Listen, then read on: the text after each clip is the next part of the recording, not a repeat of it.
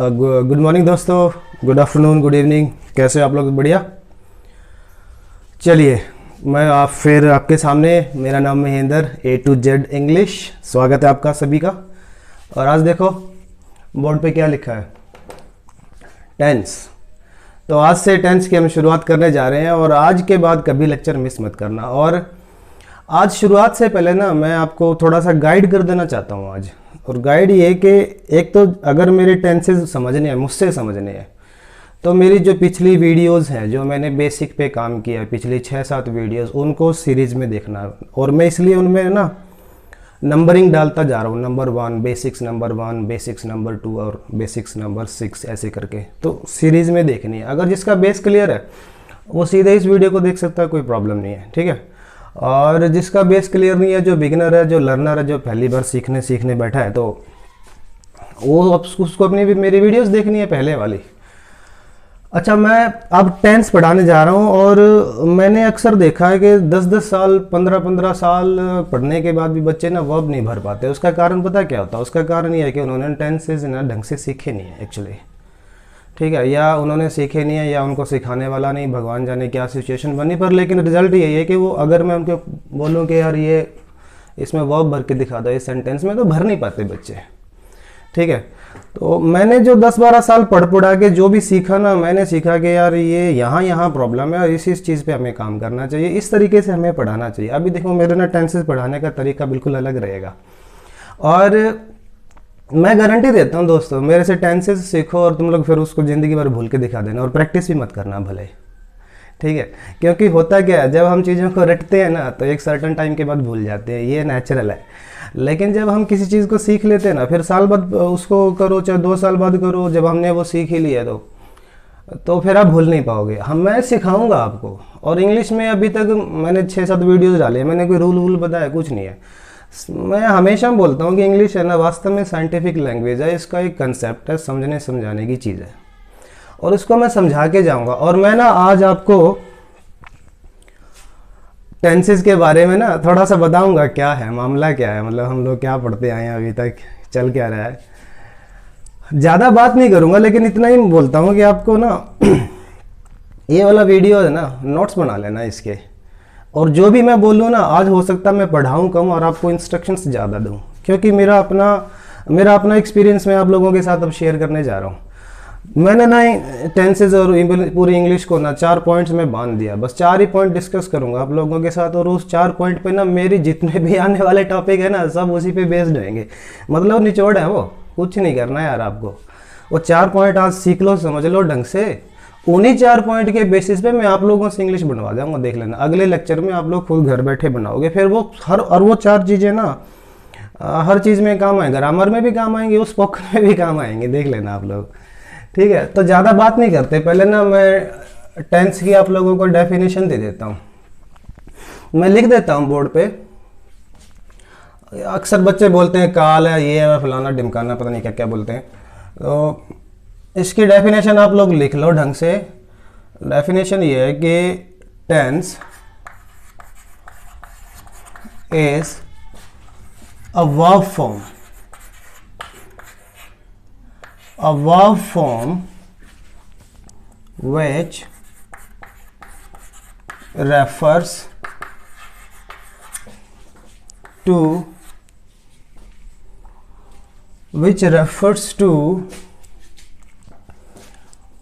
a specific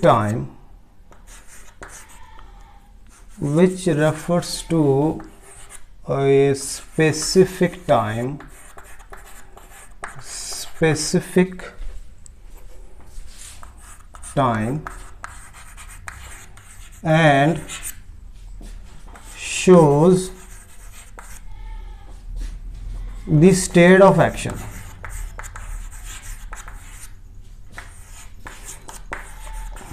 अलग अलग teacher ना अलग अलग डेफिनेशन दे देंगे अपनी सुविधा के हिसाब से, और मैंने अक्सर देखा कि ना अपनी ही डेफिनेशन को ना फिर वो करेक्ट करते रहते हैं।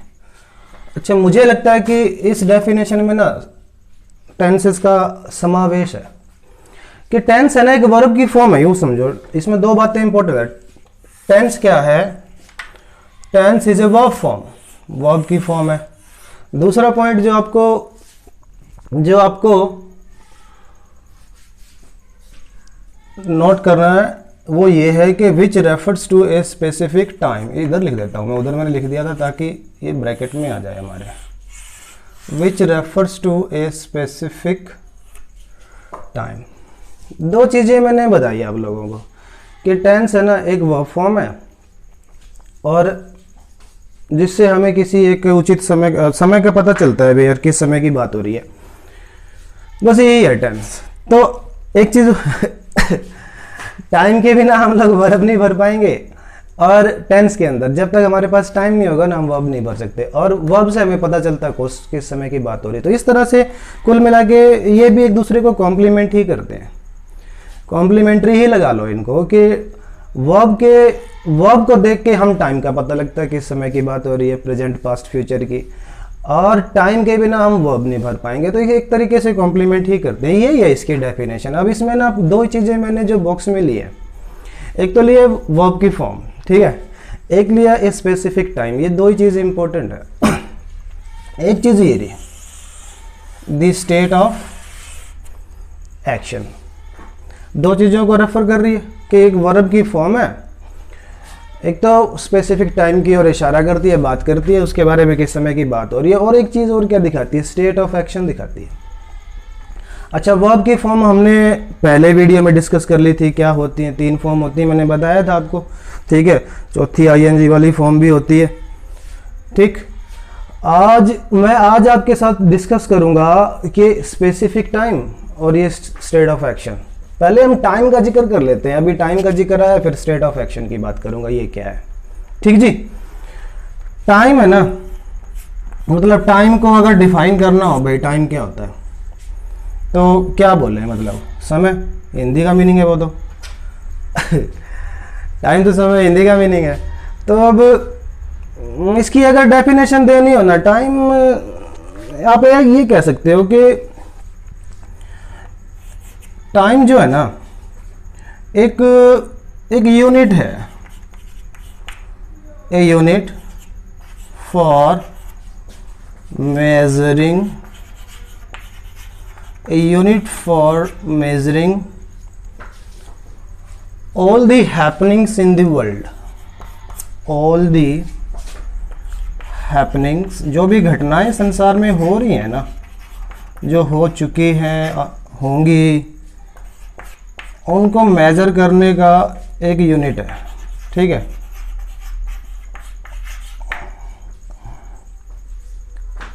एक तरह से ऐसे ही समझ लो टाइम क्या है। मतलब टाइम के बिना ना जितनी भी घटनाएं हुई हैं या अभी हो रही हैं या फिर फ्यूचर में होंगी, वो टाइम के बिना मीनिंगलेस है, ठीक है। Without time all the happenings in the world are meaningless, they lose their importance if we do not know when something happened, that something loses its importance, ठीक है।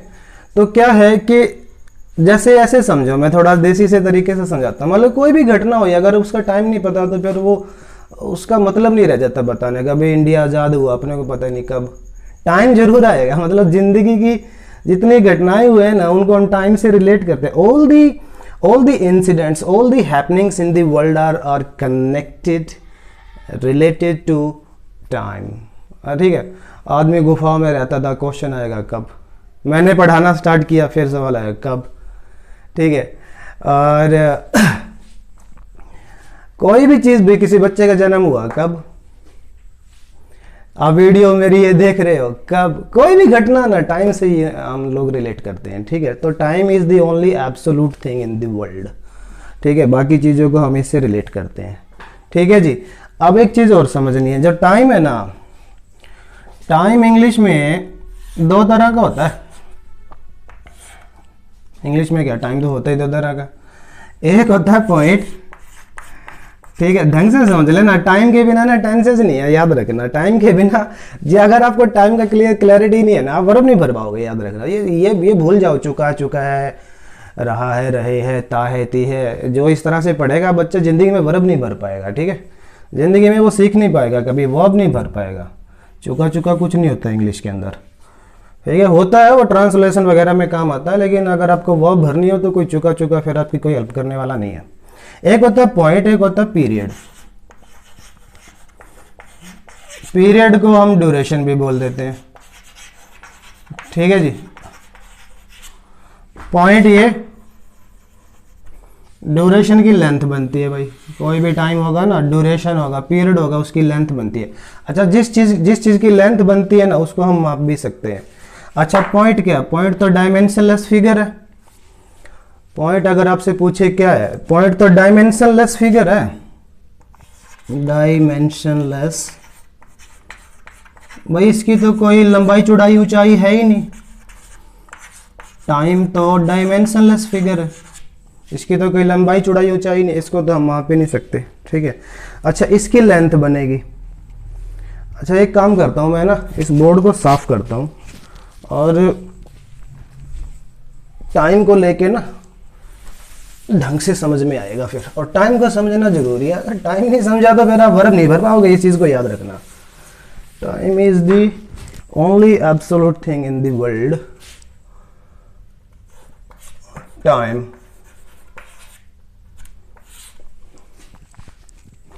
अब ये टाइम है ना दो तरह का, एक तो है पॉइंट और एक है पीरियड। पॉइंट मैंने बताया डायमेंशनलेस फिगर है, पीरियड की अपनी लेंथ बनती है, ठीक है जी। जैसे अगर मैंने लिखा 2 o'clock, 2 o'clock,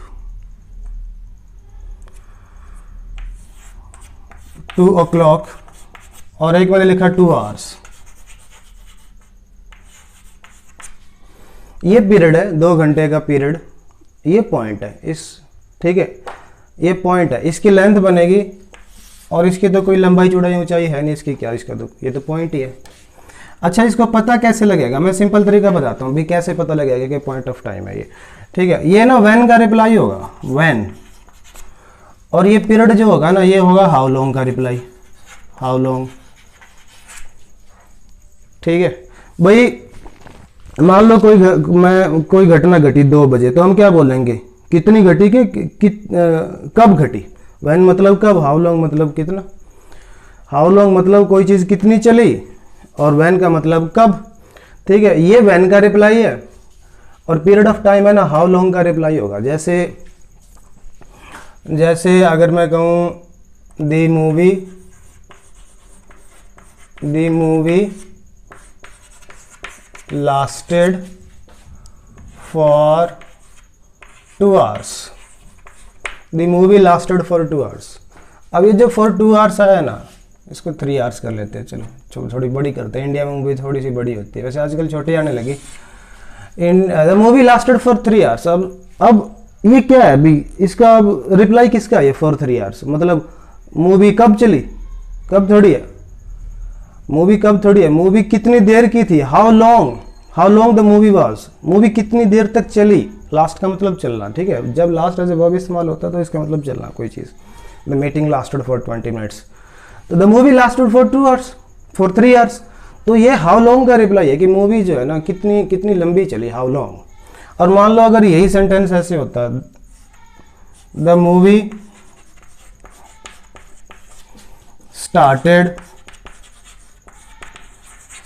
एट 3 PM, तो अब ये जो टाइम है ना ये पॉइंट है, ये व्हेन का रिप्लाई है। अब वो जो टाइम है ना, अभी मूवी स्टार्ट हुई, कितनी थोड़ी स्टार्ट हुई, मूवी स्टार्ट हुई, कब स्टार्ट हुई, व्हेन का रिप्लाई है वो 3 PM, तो वो पॉइंट है, ठीक है। इसी तरीके से अगर मैं लिखूं संडे, तो संडे किसका, हाउ लॉन्ग का रिप्लाई है कि व्हेन का। मान लो मैं कहूँ कि यार संडे को कोई काम हुआ, तो मैं ये क्या कहूँगा, कितना हुआ कि कब हुआ, कब हुआ, संडे को हुआ, तो ये व्हेन का रिप्लाई है। लास्ट ईयर कोई घटना घटी, कब घटी, लास्ट ईयर घटी, ये भी व्हेन का रिप्लाई है, पॉइंट ऑफ टाइम है, ठीक है जी। और एक मैं बोल दूं कि 5 minutes, तो कोई चीज़ है, कोई भी घटना कितनी लंबी चली, 5 minutes, हाउ लॉन्ग, ये हाउ लॉन्ग का रिप्लाई है, ये पीरियड है, ये पीरियड है, ठीक है। अगर मैं कहूँ कि मॉर्निंग, भाई लोग ना सुबह सुबह घूमने जाते हैं, मॉर्निंग वॉक पे। तो कब जाते हैं, कितना जाते हैं कि कब जाते हैं, कब? ये मॉर्निंग किसका रिप्लाई है? वैन का रिप्लाई है कि हाउ लॉन्ग का रिप्लाई है? ऑब्वियसली वैन का रिप्लाई है कि लोग घूमने जाते हैं। कब जाते हैं? मॉर्निंग में जाते हैं। तो कोई भी टाइम, मैंने टाइम लिखा, देखो कोई भी टाइम 2 o'clock हो सकता है, डेट हो सकती है, टाइम दिन हो सकता है, कोई मंडे संडे, जनवरी फरवरी, कोई भी टाइम हो, साल हो सकता है, कोई टाइम ले सकते हैं। तो ये टाइम किसी भी तरह से एग्जामिनर दे सकता है। वो ऐसे भी दे सकता है जनवरी,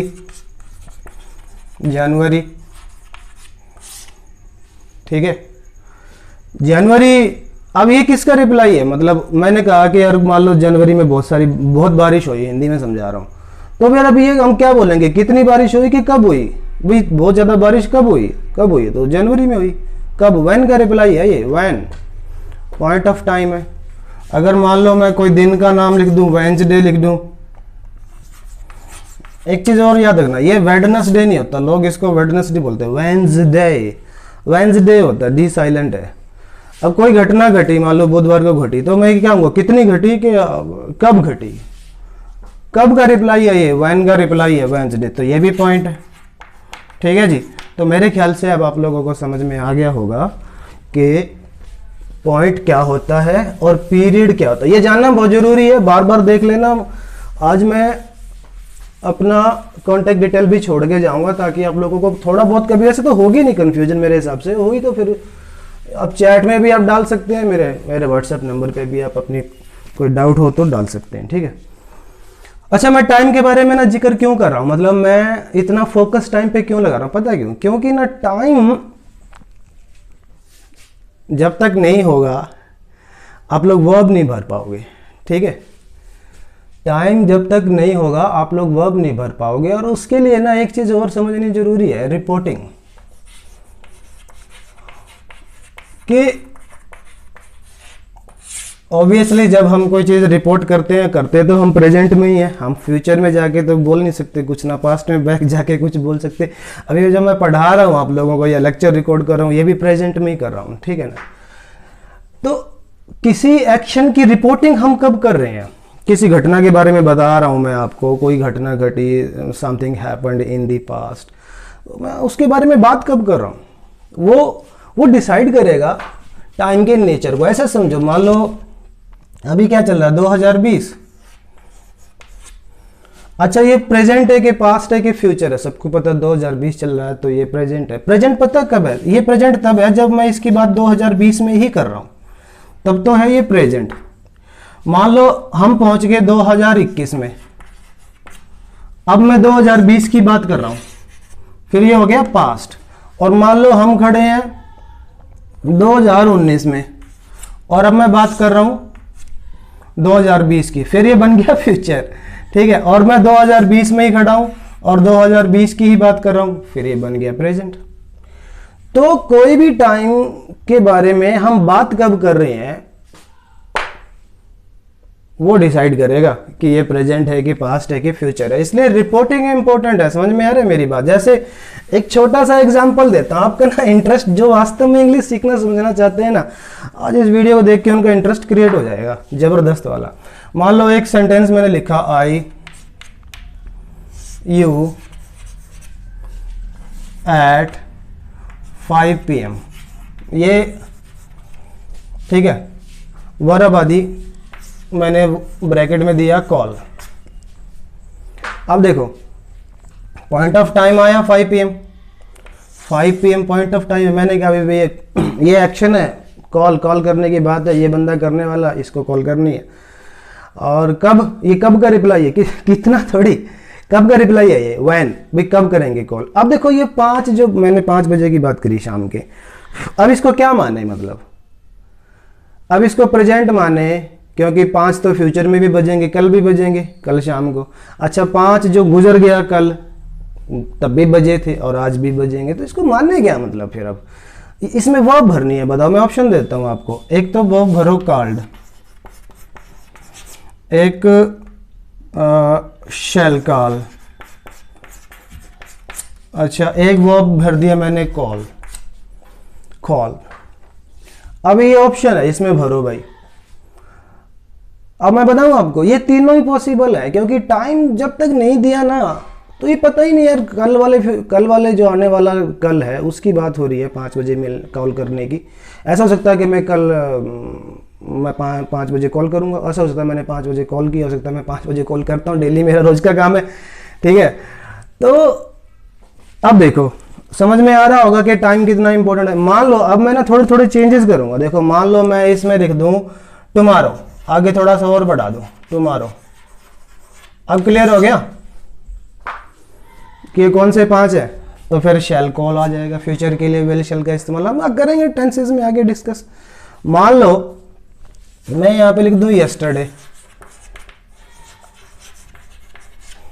ठीक है। फिर तो यस्टरडे तो सबको पता है, ये तो जो बीत गया उस वाले कल की बात हो रही है।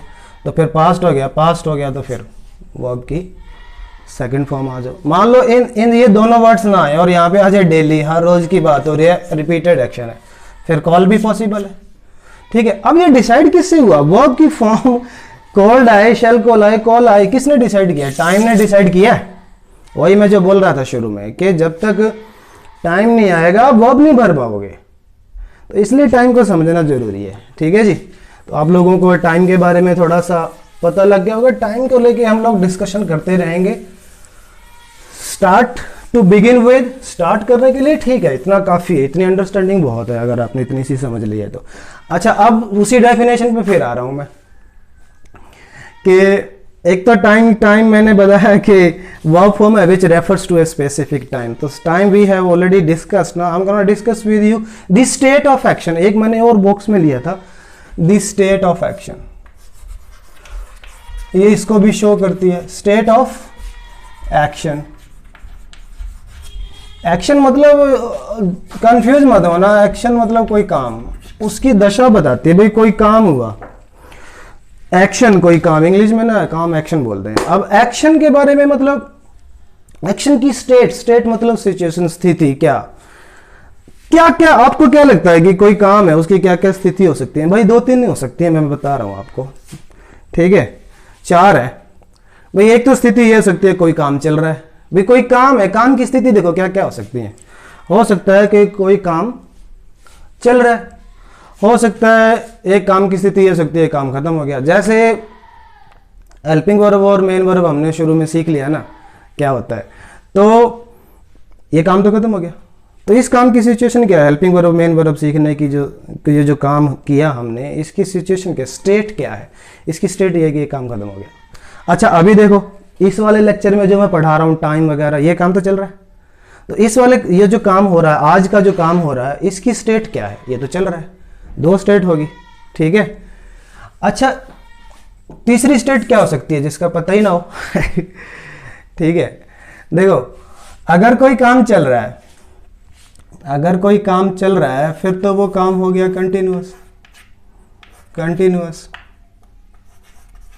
ठीक है।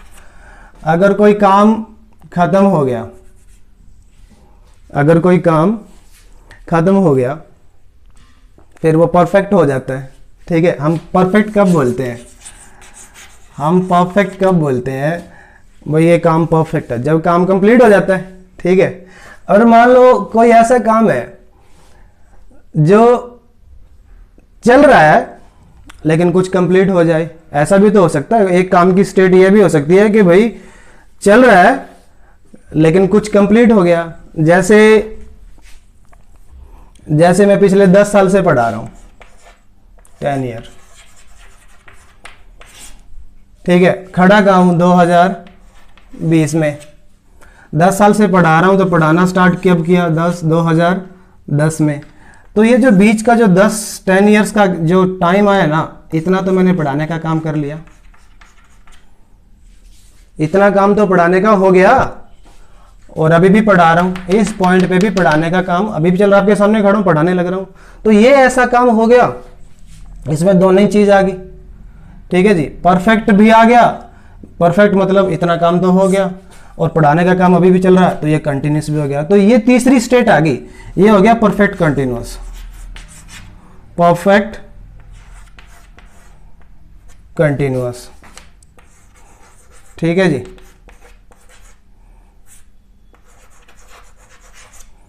Perfect continuous. अब चौथी स्टेट भी होती है चौथी स्टेट क्या, एक ऐसा स्टेट भी हो सकता है जिसका अपने को पता ही नहीं, वो इंडेफिनेट हो जाएगी। ऊपर लिख देते हैं इंडेफिनेट।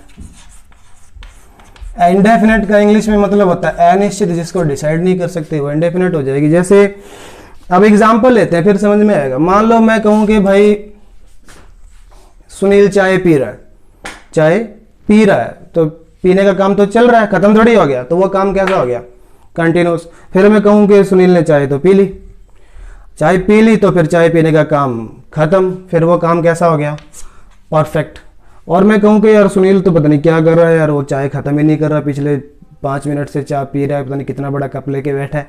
अब अगर मैं ये कहूं कि सुनील चलो चाय तो इतनी लंबी नहीं पीता, इतना टाइम नहीं लगता, मैं कहूं कि सुनील पिछले 2 घंटे से फोन पे बात कर रहा, मान लो मैं ये मैंने एग्जांपल लिया, यार सुनील ना लेके ना कोई इंग्लिश नाम लेते हैं, सैम लेते हैं, कोई 2 घंटे फोन पे बात, फिर कोई बुरा मान जाएगा बेचारा, सैम लेते हैं। भी सैम जो बंदा ना 2 घंटे से फोन पे बात कर रहा है, अगर वो 2 घंटे से फोन पे बात कर रहा है, मैंने क्या होता है, रिपोर्टिंग तो हम प्रेजेंट में करते हैं। किसी बात को मैं बोलूंगा, अभी जैसे मैंने बोला कि सैम 2 घंटे से बात कर रहा है, तो मैं बोलता तो बोलूंगा तो प्रेजेंट में, जैसे अभी 8 बजे है, अभी 8 बजे है और मैं कह रहा हूँ कि यार 2 घंटे से ये बात कर रहा है, तो सैम बात करना कब स्टार्ट किया, 6 बजे से स्टार्ट किया, तभी तो 2 घंटे हुए हैं उसको। मैं बोल तो अभी 8 बजे रहा हूँ इस बात को, मेरी घड़ी में ना 8 बजे है, और इस बात को बोल रहा हूँ कि सैम 2 घंटे से बात कर रहा है फोन पे। 2 घंटे से अगर बात कर रहा है, कर तो अभी भी रहा है वो, ठीक है, तो फिर कब से बात कर रहा है, 6 बजे से। तो भैया ये जो बीच में 2 आवर्स का टाइम आया है ना, इतनी बात तो कर ली उसने, और अभी भी कर ही रहा है। मैं कह रहा हूं कि 2 घंटे से बात कर रहा था, अभी भी कर रहा है, तो ये काम ऐसा हो गया जो परफेक्ट भी हो गया और कंटिन्यूस भी हो गया, ठीक है। अच्छा, फिर एक काम ऐसा जो जिसका पता ही नहीं हो यार भाई ये सिचुएशन क्या है, जैसे मैं कहूं कि बेसिक सा एग्जांपल लेता हूं, वह हर रोज, हिंदी में लिख रहा हूं यार, वह हर रोज फोन पे बात करता है। मान लो मैंने यही सेंटेंस लिखा, फोन पर बात करता है। अब ये काम, इस काम के सिचुएशन बताओ, इस काम की स्टेट क्या है, क्या ये काम चल रहा है। मान लो वह की जगह मैं सैम फिर से रख देता हूं, इंग्लिश नाम ही ठीक है। भी सैम जो है ना हर रोज फोन पर बात करता है, क्या सैम अभी फोन पे बात कर रहा है, नहीं कर रहा, कंटिन्यूस नहीं है। अच्छा, क्या सैम ने फोन पे बात कर ली, काम इसमें पता लग रहा है कि सैम ने बात कर ली, भाई काम खत्म हो गया, नहीं, ऐसा भी नहीं है। अगर कर ली तो मैं ये बोलता कि सैम ने बात कर ली, अगर काम चल रहा होता तो मैं ये बोलता कि सैम काम कर रहा है, सैम जो है ना वो फोन पे बात कर रहा है, ठीक है। और अगर ये वाली स्टेट होती भी कुछ काम हो गया और बाकी चल ही रहा है, अब फिर मैं बोलता कि सैम पिछले 2 घंटे से बात कर रहा है, पिछला एग्जांपल मैंने लिया ही था। अब इसका क्या मतलब, ये तीनों स्टेट में फिट नहीं हो रहा, ना ये कंटिन्यूस है, ना ये परफेक्ट है, ना ये परफेक्ट कंटिन्यूस, डिसाइड ही नहीं कर सकते यार, इसका पता नहीं ये चल रहा है कि खत्म हो गया। जिस काम का ना एक चीज याद रखना, जिस काम के एक्शन स्टेट अपने को ये ना पता लगे ना कि ये चल रहा है कि खत्म हो गया, तो वो फिर हो गया इंडेफिनेट, डिसाइड ही नहीं कर सकते, अनिश्चित हो गया, इंडेफिनेट हो गया वो। बात समझ में आ रही है।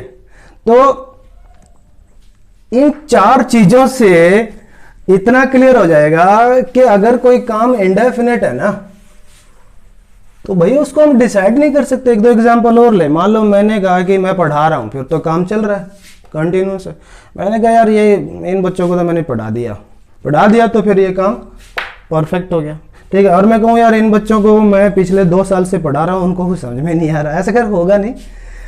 तो अब मैं कहूँ कितने साल से पढ़ा रहा हूँ, 2 साल से, 2020 चल रहा है, पढ़ा रहा हूँ मैं इन बच्चों को कब से, 2018 से पढ़ाया, तभी तो 2 साल बनेंगे बीच में, तो इतना तो पढ़ाने का काम होगा, और अभी भी पढ़ा रहा हूँ, तो ये काम कैसे हो गया, परफेक्ट कंटिन्यूस होगा। लेकिन अगर मैं कहूँ कि यार मैं इन बच्चों को पढ़ाता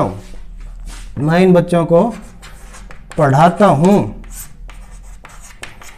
तो क्या यार अगर मैं कह रहा हूँ मैं इन बच्चों को पढ़ाता हूँ, तो इसमें काम चल रहा है क्या, नहीं चल रहा, कंटिन्यूस में। क्या काम खत्म हो गया, नहीं, परफेक्ट भी है। क्या ये ऐसा काम है जो कुछ खत्म हो गया कुछ चल रहा है, कुछ खत्म हो गया चल रहा है, अभी चल रहा है लेकिन कुछ खत्म हो गया, ऐसा है, ऐसा भी नहीं है। फिर ये काम डिसाइड नहीं कर सकते, 2 पॉइंट में कर लिया करो। अगर तो ये काम चल रहा है फिर तो ये कंटिन्यूस है, अगर ये काम खत्म हो गया फिर ये परफेक्ट है, अगर ये दोनों में नहीं आ रहा ना फिर ये इंडेफिनिट ही है। क्योंकि ये जो परफेक्ट कंटिन्यूस है ना, इसमें तो दोनों के ही गुण है, यहां तक जाने की तो जरूरत ही नहीं है। बात समझ में आ रही होगी? ठीक है जी।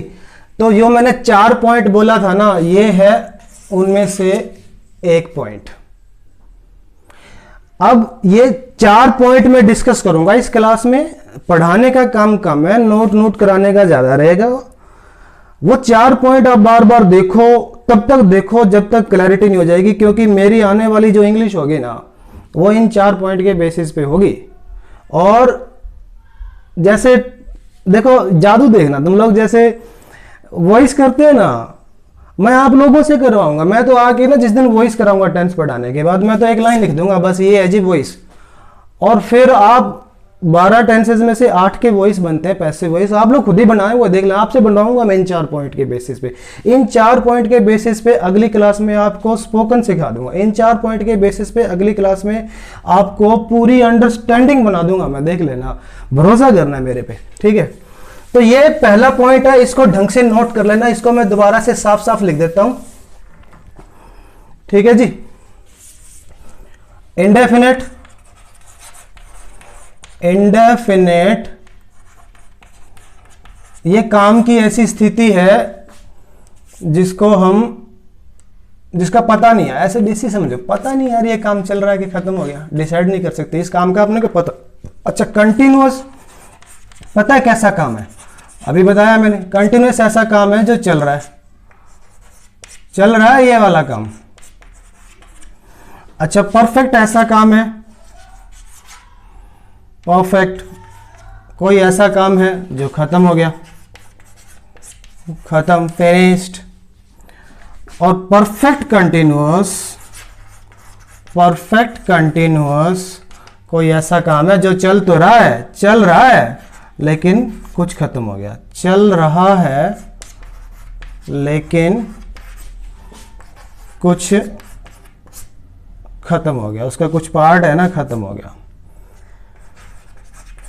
अच्छा, ये टाइम के बिना पता भी नहीं चलेगा, इसलिए मैंने आप लोगों से टाइम डिस्कस किया था कि जब तक टाइम नहीं आएगा अपने को पता नहीं चलेगा कि ये कितना खत्म हो गया, टाइम से ही पता चलेगा।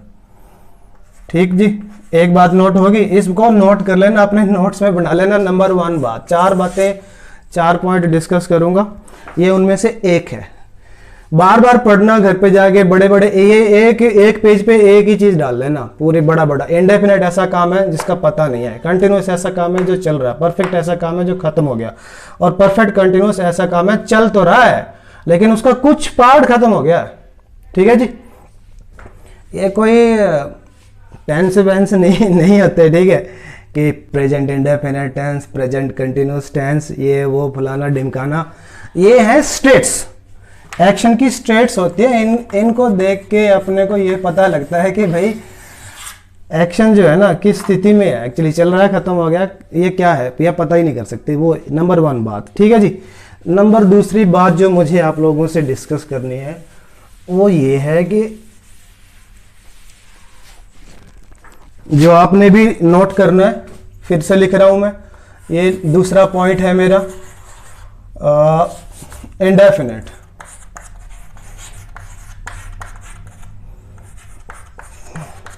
इंडेफिनेट कॉन्टिन्यूअस, एक बार लिख लूं मैं फिर बताता हूं उनका क्यों जिक्र कर रहा हूं। कॉन्टिन्यूअस, परफेक्ट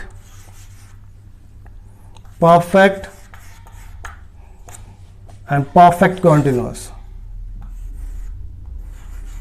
परफेक्ट कॉन्टिन्यूअस,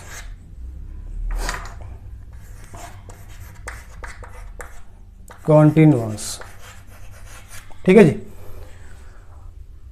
ये है ना, अगर देखो मैंने आपको एक चीज बताई थी कि अगर हमें टेंस सीखने हैं ना, subject, helping verb, main verb और ऑब्जेक्ट, इनका पता होना चाहिए।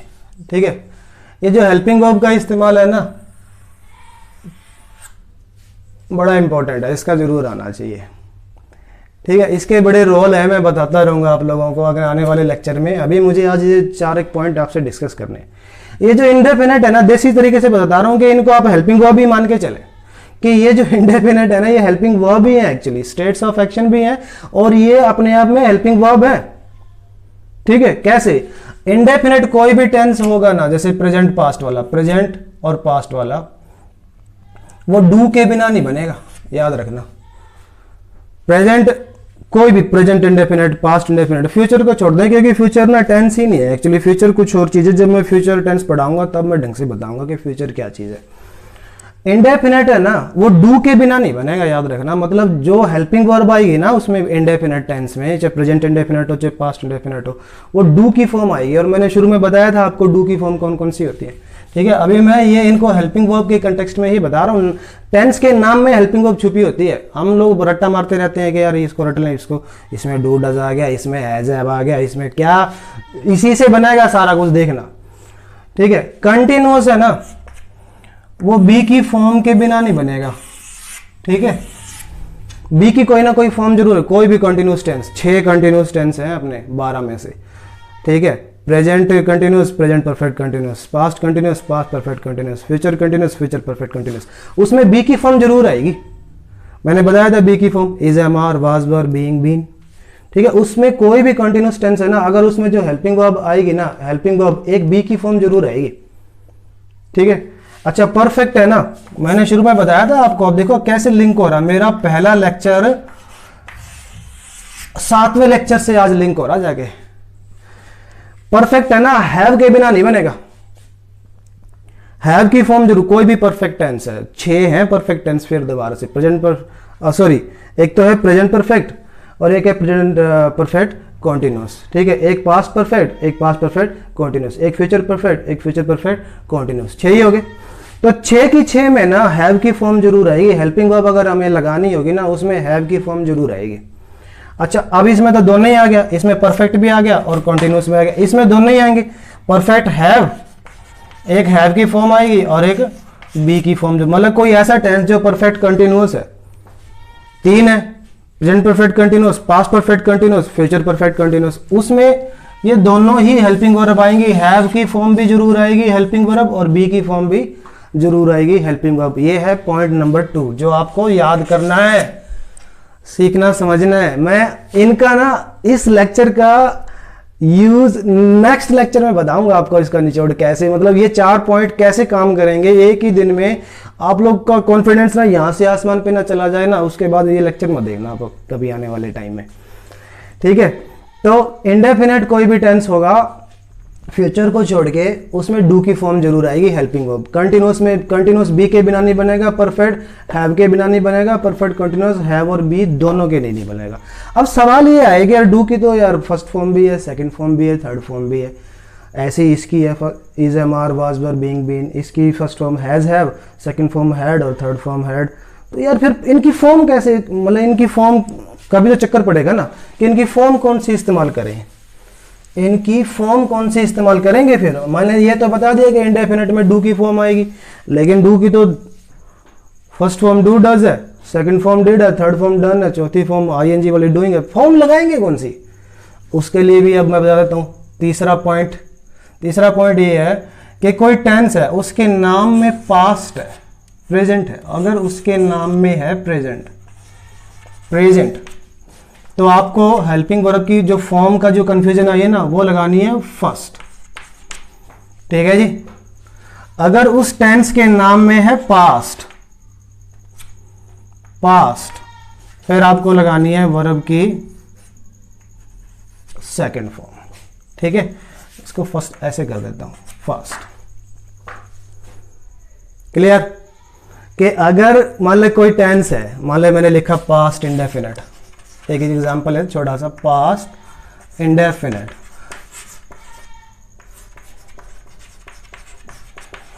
ठीक है। इसमें क्या दिख गया आपको, इंडेफिनेट, तो इसमें हेल्पिंग वर्ब क्या होगी, डू। मैंने बताया था इंडेफिनेट डू के बिना बनता नहीं। अब डू की कौन सी फॉर्म इस्तेमाल करें, ये वर्ड डिसाइड करेगा। पास्ट, नाम में क्या आ गया, पास्ट आ गया, तो वर्ब की सेकंड फॉर्म। डू की सेकंड फॉर्म कौन सी होती है, डिड।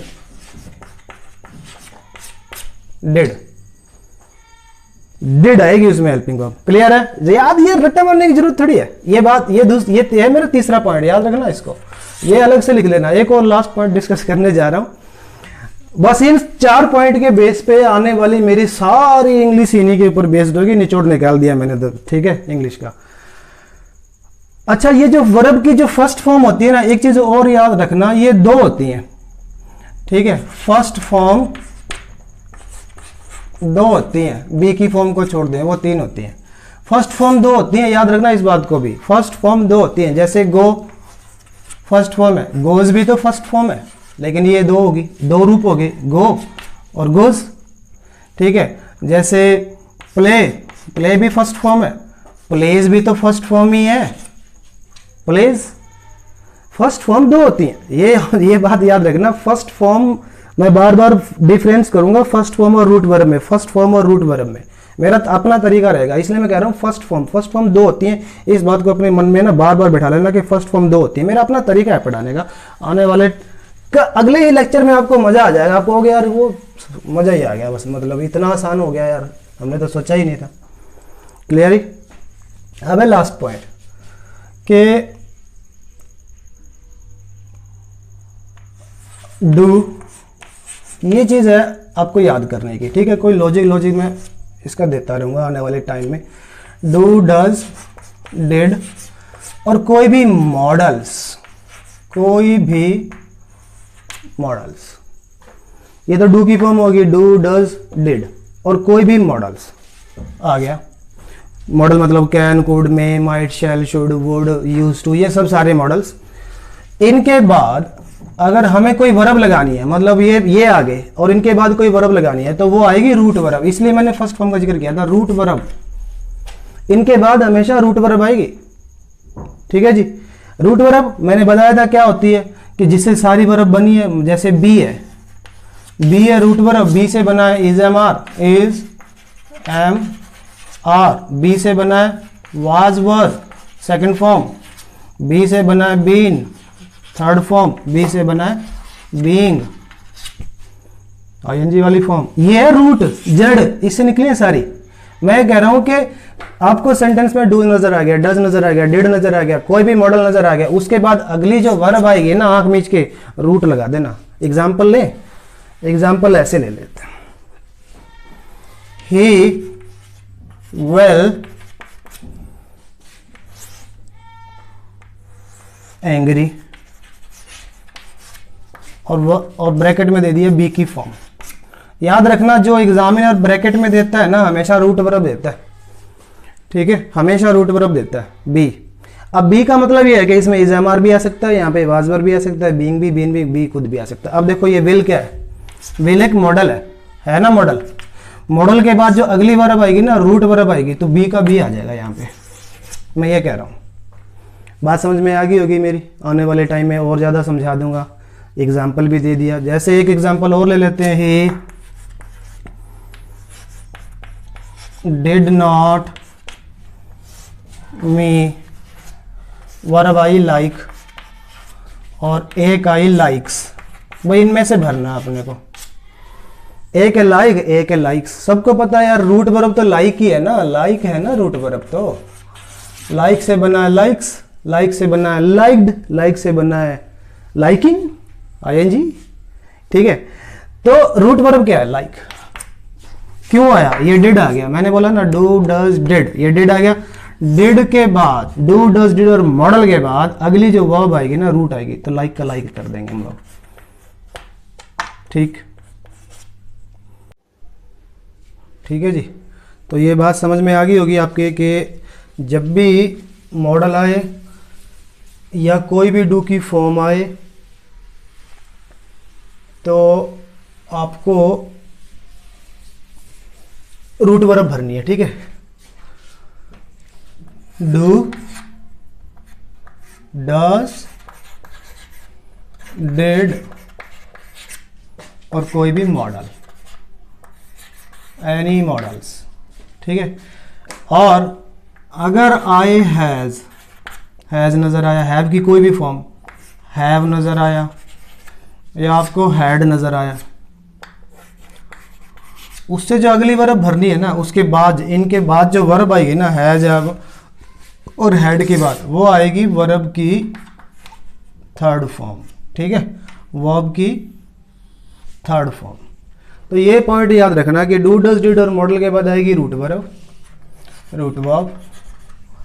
और हैज़, हैव और हैड, हैव की कोई भी फॉर्म आ जाए उसके बाद अगली वर्ब आएगी वर्ब की थर्ड फॉर्म। मीनिंग मैं अगले लेक्चर में ही समझाऊंगा आप लोगों को। एक एग्जांपल लेते हैं, जैसे मैं कहूँ कि ही हैज़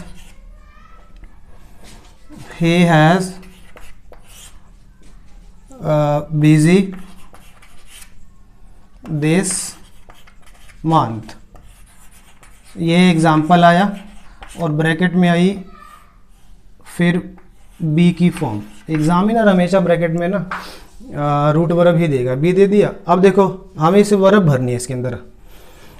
अब देखो क्या आ गया, हैज़ आ गया, हैव की फॉर्म है ये, हैज़ आए चाहे हैज़ आए चाहे आए हैव चाहे हैड, उसके बाद अगली जो वर्ब आएगी ना वो थर्ड आएगी। तो अब इसकी हमें थर्ड बनानी पड़ेगी। कौन सी होती है, बी की थर्ड, बीन होती है। तो यहाँ पे बीन आ जाएगा, ये कह रहा हूँ मैं, ठीक है। अगर ये चीज़ समझ में आ गई है तो ये मेरा पॉइंट नंबर 4 है, ठीक है जी। तो प्लीज़ ये 4 पॉइंट रट लें, 4 पॉइंट अपने दिमाग में डालें, बार बार इनको अच्छे से लिख लें, पोस्टर बना लें, जो बनाना अपने दिमाग में छाप लें, बढ़िया कलर करके लिख लें, इनको बार बार पढ़ें, क्योंकि बार बार पढ़ोगे ना ये चीज़ें माइंड में याद हो जाएंगी। और फिर इन्हीं चीज़ों के बेस पे ना मैं अगला लेक्चर मेरा बेस्ड होगा, और देखना अगले लेक्चर में इन्हीं चीज़ों के बेस पे मैं आपको ट्रांसलेशन भी सिखा जाऊँगा एक ही दिन में, आप लोगों को सारी हेल्पिंग और मेन वर्ब याद भी करवा जाऊँगा एक ही दिन में। चमत्कार हो जाएगा, देखना। इन 4 चीज़ों में ना निचोड़ दिया, मतलब ठीक है, इसको ना बांध के गिर दिया इन 4 चीज़ों में इंग्लिश में मैंने। तो मैं जैसे आप लोगों को समझा रहा हूँ, और मैं चाहता हूँ आप लोग ग्रो करें, सीखें, इंग्लिश को समझें। मैं आपसे एक चीज़ और मैं आपसे थोड़ा सा एक्सपेक्ट करता हूँ कि आप लोग ना इसको थोड़ा सा अपने, और जो अभी आपके रेंज में है, भाई बहन, छोटा रिश्तेदार जो भी, उनके पास भी इस लेक्चर को जरूर भेजना, ठीक है, ताकि उनका भी अंडरस्टैंडिंग बने, सीखे घर बैठे। मैं चाहता हूँ कि यार तुम लोग ना मतलब ये कोचिंग वोचिंग के धक्के वक्के ना खाओ, ट्यूशन वूशन ना जाना पड़े, घर बैठे अपने इंग्लिश सीख लो। मुखर्जी नगर जाते हैं बच्चे, 50-50 हज़ार रुपये खर्च करके आ जाते हैं, ठीक है ना। तो क्या ज़रूरत है जाने की। आप लोग सीखो इसको, इंग्लिश को ढंग से, बढ़िया तरीके से, और मौज लो, एंजॉय करो, ठीक है। आप बस, वो कहते हैं ना कि जहाँ भी जाएगा रोशनी फैलाएगा, कि चांद कि चिराग किसी एक घर का मोहताज नहीं होता। तो बस जहाँ भी जाओ रोशनी फैलाओ, इसको फैलाओ, इस चैनल को। आपने बस एक रिक्वेस्ट है मेरी आप लोगों से, मैंने आपसे कुछ नहीं चाहिए, मुझे पैसे वगैरह फ़ी वगैरह कुछ नहीं चाहिए। बस आप ना अपने से आगे जो भी आपकी रेंज में, जो भी बच्चा आपके रेंज में पढ़ने वाला है, सीखना चाहता है, समझना चाहता है, कॉलेज गोइंग है या कम्पिटिटिव एग्ज़ाम की तैयारी कर रहा है, उसको यार ये फॉरवर्ड ज़रूर करना, ठीक है। तो बने रहो मेरे साथ, एंजॉय करो। धन्यवाद।